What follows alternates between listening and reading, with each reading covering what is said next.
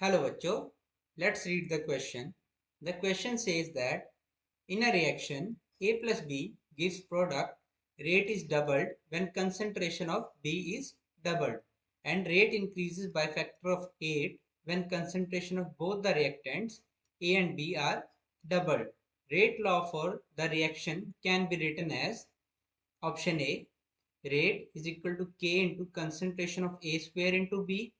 Option B, rate is equal to K into concentration of A into concentration of B square.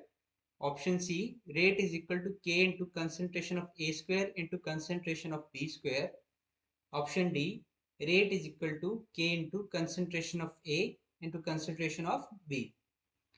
इस question में जो की concept हम use करेंगे वो है हमारे पास रेट लॉ इक्वेशन.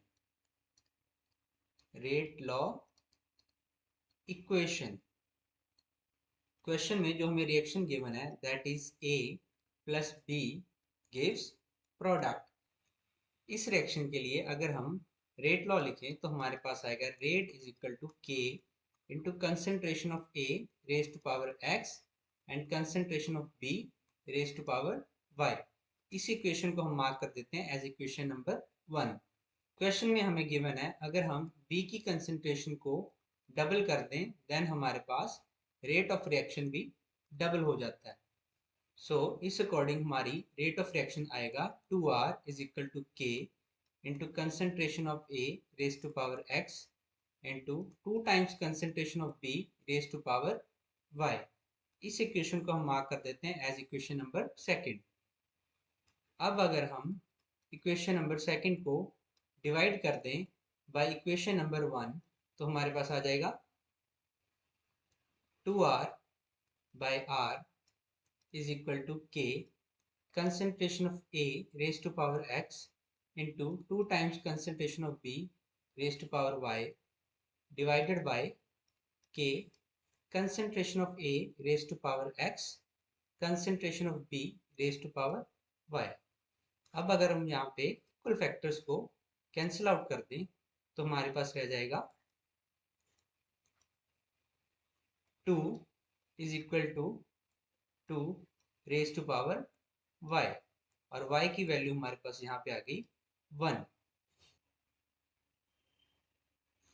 क्वेश्चन के नेक्स्ट पार्ट में हमें उन्होंने बोला है कि अगर हम a की कंसंट्रेशन को भी डबल कर दें एंड b की कंसंट्रेशन को भी डबल कर दें तो हमारे पास जो न्यू रेट ऑफ रिएक्शन आता है वो प्रीवियस वन से 8 टाइम्स इंक्रीज हो जाता है. सो इस अकॉर्डिंग हमारा न्यू रेट बनेगा 8r is equal to k 2 times concentration of A raised to power x into 2 times concentration of B raised to power y.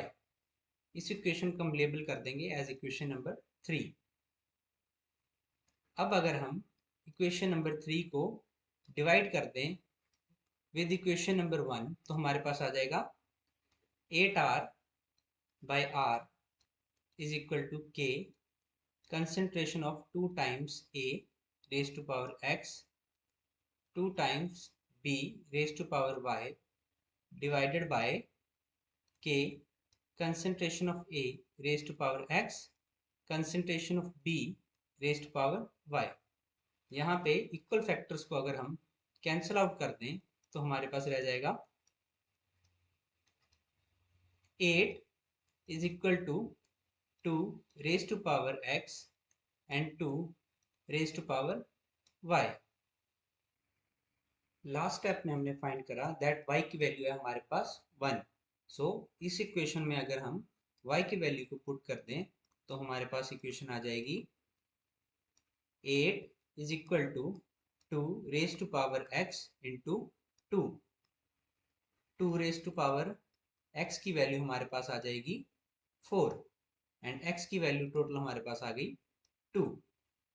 अब अगर हम x और y की वैल्यू को इक्वेशन में पुट कर दें तो हमारे पास फाइनल आंसर आ गया r is equal to k into a raise to power x and b raise to power y.